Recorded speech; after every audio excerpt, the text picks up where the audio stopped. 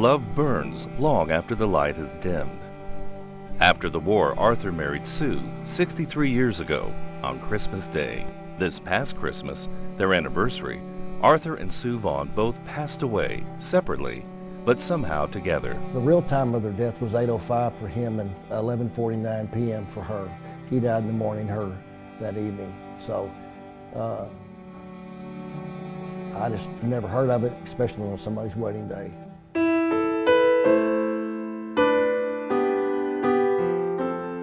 And the house her father built for her, Hannah Clark and her husband Joe, mourn their loss, but celebrate her parents' deep affection. These are greeting cards that my parents gave each other, and about 1986, they started, like this one is for Valentine's, birthday, anniversary, and Father's Day.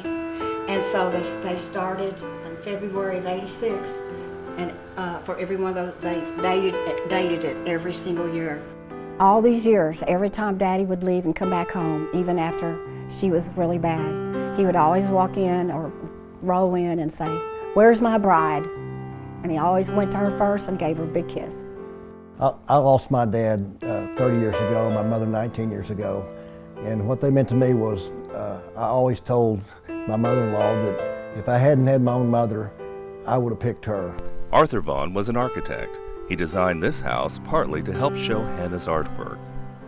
He also helped build Metapark and what became the Chase Tower. I can tell you a story about my mother. When it was in where the iron beams or the steel beams, it was in that form. She saw him just hopping across the beams up there, like 30 feet up. He's like a gymnast. Arthur Vaughn left his mark on the city, but perhaps the greatest gift they left us is what Arthur and Sue created together. And they were a big part of our life. We've been married 26 years, and they've been a constant factor in our life. I'm fortunate that way to have in-laws. A lot of people don't like their in-laws. I was right there with him when he stopped breathing. And I kept waiting for him to take another breath, and he didn't, so I put my ear to his chest, and his heart was still beating.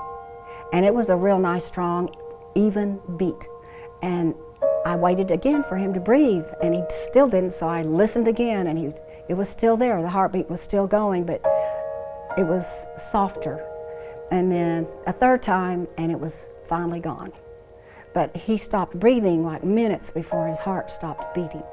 Well, I like to think that maybe my dad asked a favor of God and go ahead and bring her up, so he did. Celebrating the Panhandle spirit, Larry Lemons.